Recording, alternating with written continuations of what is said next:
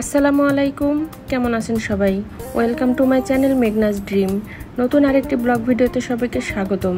আজকে আপনাদেরকে দেখাবো সুন্দর একটা শাকের রেসিপি। এই শাকটি দেখতে যেমন সুন্দর, খেতেও কিন্তু তেমন সুস্বাদু।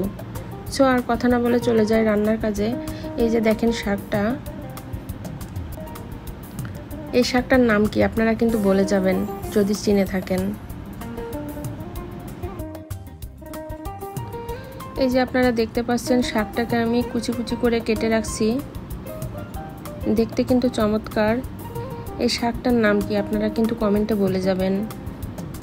শাকটা খেতে একটু টক টক লাগে, চিংড়ি মাছ দিয়ে রান্না করলে বেশ মজাদার হয়।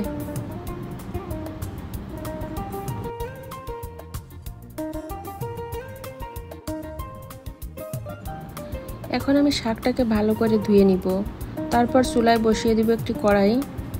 কড়াইটা একটু গরম হয়ে আসলে এতে আমি দিয়ে দিব একটু তেল।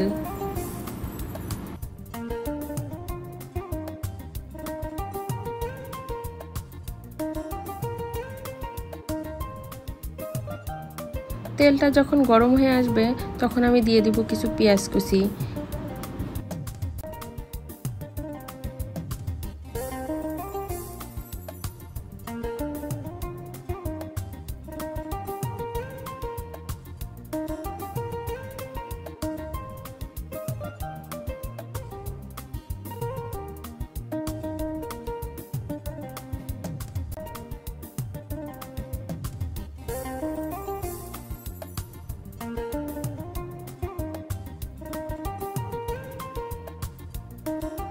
পেঁয়াজটাকে আমি হালকা একটু নরম করে ভেজে তারপর দিয়ে দিব কিছুটা কাঁচামরিচ।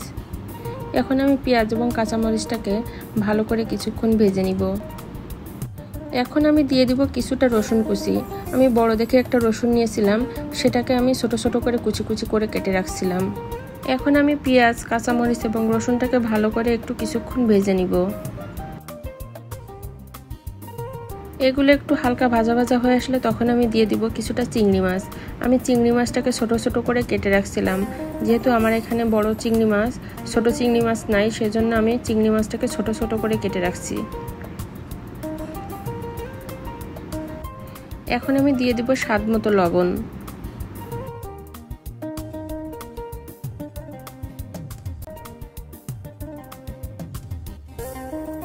লবণটা দিয়ে হালকা একটু নাড়াচাড়া করে তারপর দিয়ে দিব 1 টেবিল চামচ হলুদের গুঁড়া। আমি হলুদের গুঁড়া ছাড়া আর কোনো মশলা ব্যবহার করব না। শাকে আমি আর কোনো মশলা দেই না, শুধু হলুদটাই দেই। যেহেতু চিংড়ি মাছটা দেওয়া থাকে, একটু হলুদ দিলে একটু কালার হয়, সেই জন্য আমি হলুদটা দেই।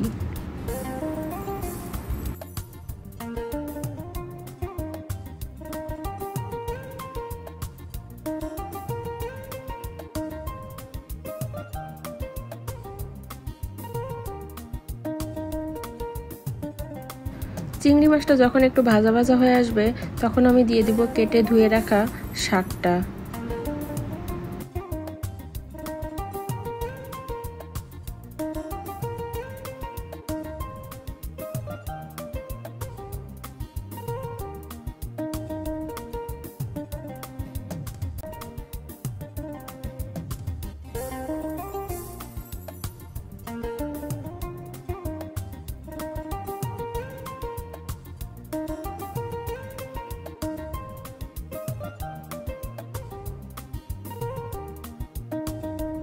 শাকটা দেওয়ার পরে আমি একটু হালকা ঢেকে দেই, তাহলে আর কি শাকটা একটু সিদ্ধ হয়ে যায়।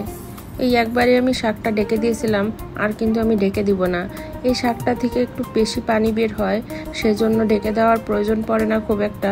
শাকের পানিতেই শাকটা ভালো করে সিদ্ধ হয়ে যায়, পানি কমতে কমতে।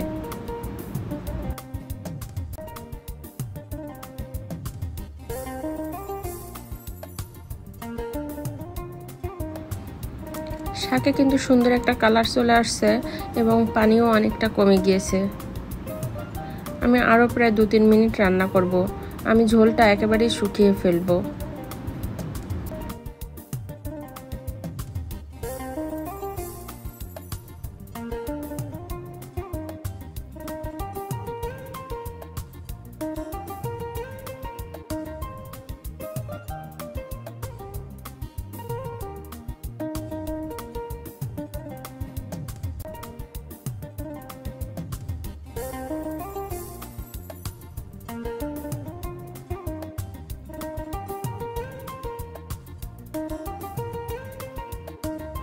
শাকটা প্রায় রান্না হয়ে গিয়েছে, আপনারা দেখতেই পাচ্ছেন ঝোলটা কিন্তু শুকিয়ে গিয়েছে।